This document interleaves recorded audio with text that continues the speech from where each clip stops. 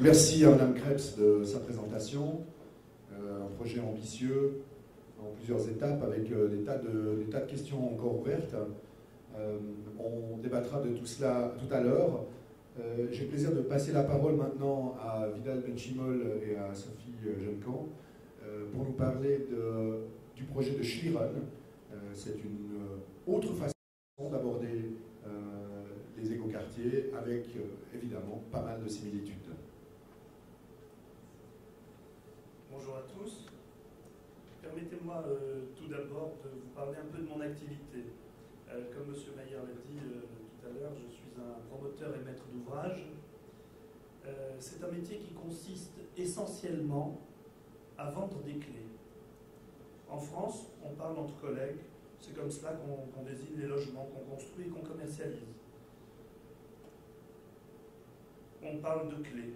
Ça donne des conversations plutôt cocasses du type ah, tu construis un immeuble à tel endroit, combien de clés? Ici, les promoteurs ne vendent pas des clés, mais des portes. Depuis que je travaille en Suisse, j'ai donc avec mes pairs des conversations d'un genre nouveau. Cela donne à peu près cela. Ah, tu construis un immeuble à tel endroit, combien de portes? Donc, après avoir passé 30 ans à réaliser et à commercialiser des immeubles classiques, j'ai eu envie de faire mon métier autrement.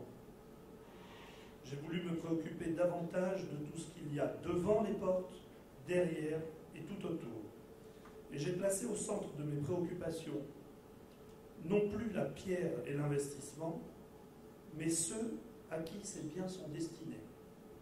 Des hommes, des femmes, des enfants, avec des vies, des histoires, des besoins, des désirs, autant de choses aussi impalpables qu'essentielles. Il y a 5 ans, j'ai donc commencé à dessiner les contours de ce qui allait devenir les écofaubourgs. Le contexte était on ne peut plus propice à cette évolution. L'époque semble vouée en effet à rouler de crise en crise. Crise énergétique d'abord. Les 5 dernières années ont été marquées par une hausse sans précédent du baril, une interminable marée noire dans le golfe du Mexique, un accident nucléaire majeur. Ensuite, une crise financière qui a pu soulever de sérieux doutes quant à la pertinence du modèle fondé sur la recherche effrénée de rentabilité à court terme. Dans une frange grandissante de la population, cette recherche de rentabilité se voit désormais opposée à un autre modèle, fondé sur le partage, la collaboration et l'échange. C'est l'époque des paniers bio, des jardins partagés, du vélo en libre-service, de l'autopartage, du covoiturage, de Wikipédia, de l'open source, etc., etc. Nous sommes enfin entrés dans une crise climatique qui a notamment inspiré l'un de nos dirigeants cette métaphore particulièrement évocatrice. Notre maison brûle et nous regardons ailleurs. Notre maison brûle et nous regardons ailleurs. Et pour le coup, aucun professionnel de l'immobilier ne peut ni ne doit se sentir étranger à cet incendie.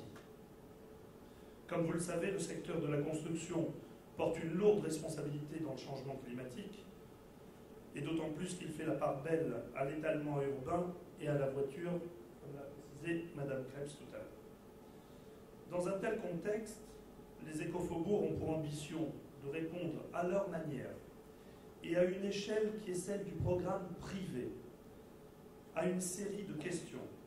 Que faire, bien sûr, mais aussi comment faire, comment réduire efficacement nos consommations énergétiques, comment concilier demande de confort et nécessité d'épargner les ressources, et pour reprendre l'intitulé de cette rencontre, quel équilibre trouver entre vision ambitieuse et réalisation concrète.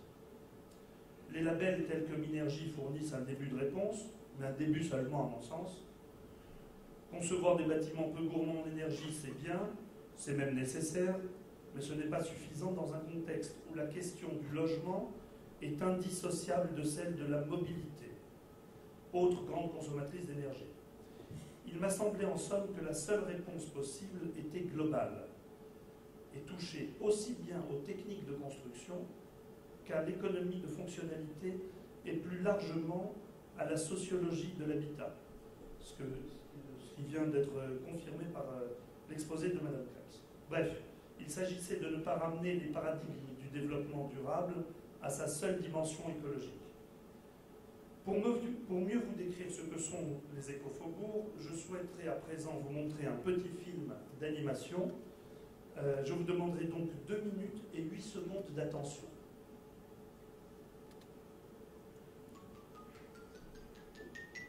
Il y a très longtemps, Tom vivait avec papa, maman et son clan, c'était très rassurant. Beaucoup plus tard, il tente la période copain et c'est très amusant. Aujourd'hui, avec sa femme et ses enfants, Tom partage la Terre avec 7 milliards d'habitants. Les promoteurs bâtissent. Et les villes grandissent. Et Tom n'a pas le choix. Voiture, embouteillage, pollution, donc changement climatique, voiture, solitude, attention malaise. Il faudrait peut-être arrêter. Justement, voilà qu'un promoteur qui n'avait plus envie de bétonner, et des chercheurs très innovants ont inventé les écofaubourgs. Ils ont tout repensé. Énergie, mobilité, santé, services. Des programmes d'immeubles collectifs, histoire de faciliter la vie en zone urbaine. Donc Tom a déménagé dans un logement peu gourmand en énergie, sain, économique et écologique, avec bien sûr des espaces verts, des vergers. Tom va même pouvoir jardiner. Et moins dépensé, l'animateur écofaubourg est là pour expliquer comment. Des transports en commun qui ne sont jamais très loin, ou encore un vélo, un scooter électrique, une voiture, à emprunter juste quand il en a besoin. Dans son écofaubourg, Tom peut aussi partager, juste quand il en a envie. Crèche, laverie collective ou panier bio, pour limiter gaspillage et déplacement, tout est à proximité.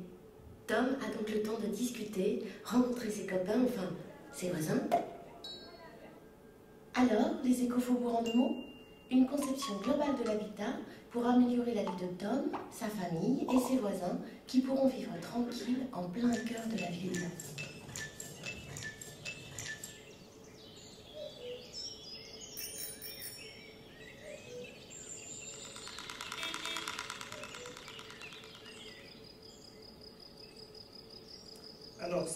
Alors cet écofaubourg où pourrait vivre Tom, mais aussi vous et moi, est aujourd'hui en cours de réalisation à Schlieren, commune limitrophe de Zurich. Le lieu est idéal en effet pour diverses raisons. C'est une ville post-industrielle qui s'est engagée dans une politique de rénovation urbaine fondée sur le développement durable, qui lui a d'ailleurs valu d'obtenir le label Energiestadt en 2008. Elle est située au cœur d'un nœud de communication, elle est donc bien desservie par les transports en commun. Et il existe par ailleurs sur la commune une très forte demande de logement comme partout autour de Zurich. Alors, en concertation étroite avec la municipalité, puisque c'est un programme privé, comme je le disais tout à l'heure, nous avons défini un programme d'une centaine de logements qui puissent répondre aux besoins essentiels des habitants. Besoins en énergie, besoins de mobilité, besoins en termes de vie pratique, crèche, laverie, boutique bio ouverte aux producteurs, etc. Besoins en matière de loisirs et de vie sociale. Le programme comporte d'ailleurs des jardins familiaux, une salle commune, un appartement d'hôtes, des appartements partagés pour des personnes âgées ou pour des étudiants, des ateliers, etc., etc. Pour vous parler plus en détail de cette réalisation concrète qu'est l'écofaubourg de Schlieren, je voudrais laisser la parole à Madame Sophie Jeunecamp, directrice de Nextimo, qui a investi dans ce projet. J'en profite, puisqu'il s'agit d'investissement, pour ajouter que les écofaubourgs ont, comme tout projet d'entreprise, l'objectif d'être rentable. Mais le rendement immédiat n'est plus la priorité.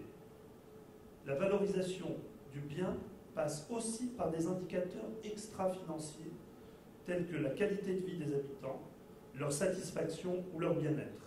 Autant d'éléments qui contribuent à la valorisation à terme de ce type d'investissement. Merci.